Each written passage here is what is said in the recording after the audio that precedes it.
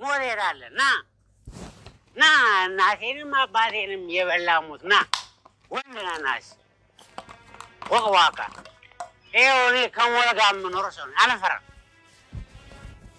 ማንንም አልፈራም፣ ለማንም አልጨነቅም። እነሱን እኮ ባለፈው ምትስከ አይ እንደው ለምን ጠየቀችኝ? እኔ ስለምን እንደዛ አልኳት እያልኩኝ ነው። ምን ነው ሀሳብ ቀየርክ እንዴ? እኔ ልጠይቅሽ እስቲ እንደው አንቺ ባልሽ መውለድ ባይችል ትፈጪዋለሽ ወይስ ልጅ ሳትወልጂ ዘላለም አብረሽ ትኖሪያለሽ? አዎ አንቺ ብትሆኚ ምን ታደርጊ ነበር? እኔ ልጅ ወልዳለሁ። ስለዚህ ትፈጪዋለሽ ማለት ነው?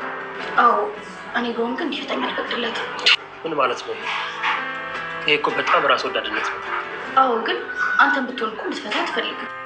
ሶስ ልክ ነሽ። ፍቅረኛ አለሽ? ምን? አዎ አለሽ? አይ የለኝም። እኔ ግን ምን አለኝ ነው? ከፈቀድሽልኝ እኔ ፈቃድ በጨካኞችና በወንጀለኞች የምትሳደደው ትትና ዛሬ ህይወቷ መስመር እየያዘ ነው የሚገኝላት። እንግዲህ ከብዙ መከራ በኋላ ደስታ እንደሚገኝ ሁሉ ማሳያችን የሆነችው ትትና በጣም አሪፍና የሚገርም እየተማርንበት ያለ ድራማ ነው። ትትና ድራማ ከዚህም እንግዲህ እንደምታወቀው ከበዝናና በግብረ አበሮቹ ተይዛ ስትሰቃይ ስትንገላታ በቃ እኔ ወደ እዚህ ጋር በቃ ቆመ፣ እዚሁ ጋር አለቀልኝ፣ ወይውልኝ የኔ ጉዳይ እዚሁ ጋር ከተመ ብላ ተስፋ ቆርጣ ራሷን ብዙ ነገሮችን ለማድረግ ራሷን በራሷ ለማጥፋት ህይወቷን ለማሳለፍ ራሷን እንግዲህ በስለት በመቁረጥ ደሟን በማፍሰስ ሌሎችም ነገሮች በማድረግ ተስፋ ቆርጣ በቃ ህይወቷ ነፍሱን ከስጋዋ እንድትለይ ያላደረገችው ጥረት የላትም። ነፍሱን ከስጋዋ እንድትለይ ብዙ ነገሮችን አድርጋለች። ነፍስ ከስጋዋ እንድትለይ በቃ የምትችለውን ያክል አድርጋለች። ምክንያቱም ተስፋ ቆርጣለች። በቃ ህይወቷ እዛ ጋር የቆመ መስሏታል። በቃ ብላለች። ምክንያቱም ከሚደርስባት ስቃይ ካሳለፈቻቸው ነገሮች ካለችበት ሁኔታ ምንም የሚታያት ጭላንጭል አልነበረም። የሚታያት ጨለማ እንጂ ምንም አይነት ጭላንጭል እየታያት አልነበረም። በዛ ማካኝነት እንግዲህ ብዙ መከራዎችን አሳልፋ በመጨረሻም እንግዲህ እግዚአብሔር አይሳነውምና ተስፋ ሳትቆርጥ ብዙ ነገሮችን በመሞከሯ ጎበዝ ጀግና ስለሆነች ቆራጥ ሆነች። እንግዲህ የመደፈር እንትን ደርሶባት ነበረ። ግን ያው በእግዚአብሔር ቸርነት ፈጣሪ አላጋልጥሽም ስላላት እንግዲህ ራሷም ስለተፍጨረጨረች ያንን ቀን ማለፍ ትችላለች። ለሌሎች ነገሮች ብዙ ተጋብዛለች። ከዛም በመጨረሻ እንግዲህ ኩላሊቷን አውጥቶ ለመሸጥ እነዚህና ተስማምተው የሚገዛ ሰው ተስማምተው ብራቸውን በዶላር ካመቻቹ በኋላ እንግዲህ በመጨረሻ መድብል ደርሶ አፋፋ አድርጎ አውጥቷታል። ከዛም ከወጣች በኋላ እንግዲህ መድብልና እሷ እንኳን የብቻ ቢራራቁም አጋጣሚ ደግሞ መንገድ ላይ እግዚአብሔር መልካም ሰዎችን መልካም ልብ ያላቸው ሰዎችን አላሳጣትምና እንግዲህ ከና ብርሽና ጓደኞቹ ጋር ተደባልቃ አሪፍ ነገር እያሳለፈች ነው የምትገኘው። እዛም ባለችበት ያው ብዙ ቀን መተው ብዙ ነገር ደርሶባቸዋል። ከነ ጓደኞቹ አብርሽና ጓደኞቹም እንግዲህ ብዙ መንገላታት፣ መደብደብ፣ ብዙ ነገሮች ደርሶባቸዋል። ግን ቢሆንም ያንንም ግን ሳይበግራቸው ሁሉንም ነገር በትዕግስት ተወጥተውት አሁን ላይ ያሉት አሁን ያው በተወሰነ መልኩ በከፊል ሰላም ተሰምቷቸው ሰላም ነው ያሉት እነሱም። እሷም እንግዲህ ያለችበት ሁኔታ አሪፍ ነው የሚባል ነው ያለው ማለት ነው። ወደፊት ደግሞ መልካም እንደሚሆንላት ተስፋ አደርጋለሁ። እንግዲህ ለቤተሰቦች ያሳልፋለሁኝ፣ ራሴን እቀይራለሁኝ፣ ነገን በተስፋ ኖራለሁ ብላ የመጣችው ትትና እንግዲህ ያሰበችው ነገር ባሰበችው መንገድ ሳይሆን ቀርቶ መንገድ ላይ ነው ያለችው። እንግዲህ ቤተሰብና ዘመድ አዝማዶቿ እንዲሁም ወገኖቿ የሚያውቁት ከኢትዮጵያ ሳውዲ አረቢያ ገብታ ብር እየሰራች እንደምትልክ ነው ተስፋ ያደረጉት። ምክንያቱም ታሁን ላኩ እየተባሉ ያለ ንብረታቸውን ታንዲ 2-3 ብራቸውን ልከው ንብረታቸውን ሽጠው ጨርሰዋል። ሰው ልጅቷ አሁን እሷ ብር ትልካለች እያሉ ያችንን እንከፍላለን ብለው ቤተሰቦቿ እየጠበቋት ነው። ግን ደግሞ እሷ ግን ያለችው አዲስ አበባ በአጋቾችና በጨካኝ በወንጀለኛ ሰዎች ተይዛ እዳዋን ፊዳዋን እየበላች ነው የምትገኘው። ግን አሁን እግዚአብሔር ይመስገን እና ብርሽና ጓደኞቹ እንዲሁም መድብልን አይነት ሰዎች ስላገኘች በራሷ ቆማለች ማለት ነው። ስለዚህ አሁን ላይ ድጋሚ ወደ ስደት የማይሆን ነገር ስለሆነ ስለዚህ ካሁን በኋላ ልጅነቴን፣ ህይወቴን፣ ወጣትነቴን መጠቀም አለብኝ፣ ራሴን ሁኜ መኖር አለብኝ።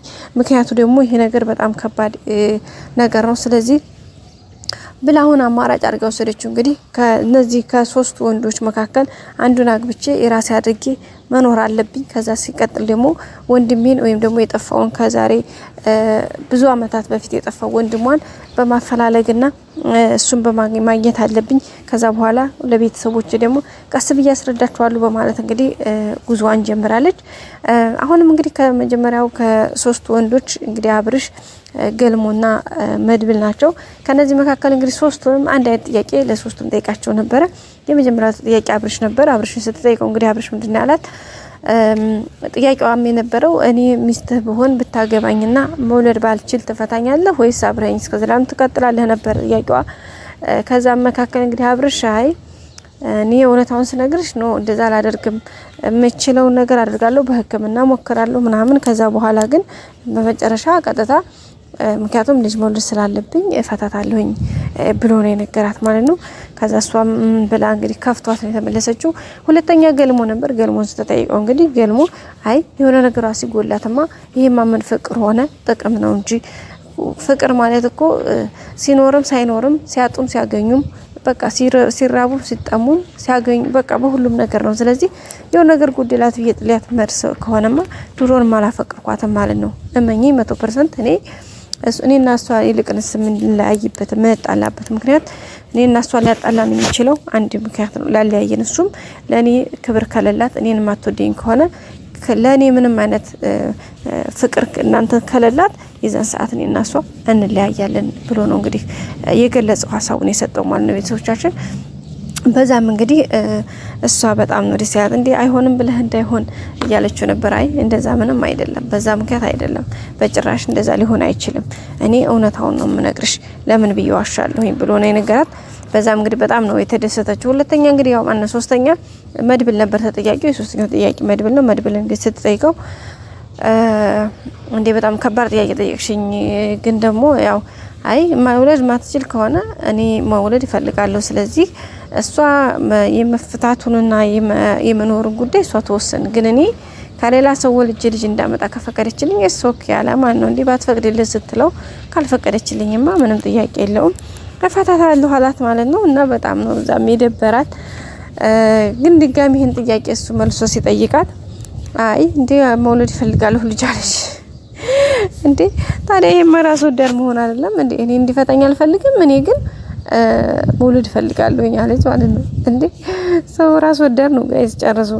አያችሁ በቃ ሁሉም የራሱን ጥቅም ነው እንጂ ስለ ሰው ደወሪ ኤቭሪባዲ ያኔ በቃ ማንኛውም ሰው ጋይስ በቃ በዙሪያችሁ ከሚል ሰው ቢደረደር ወዳጅ ዘመድ በቃ ሁሉም ነገር የሌላችሁ ለታ የላችሁም። በቃ እናንተ ክፍተት ለታ ሁሉም ሾልኩ ይሄዳል።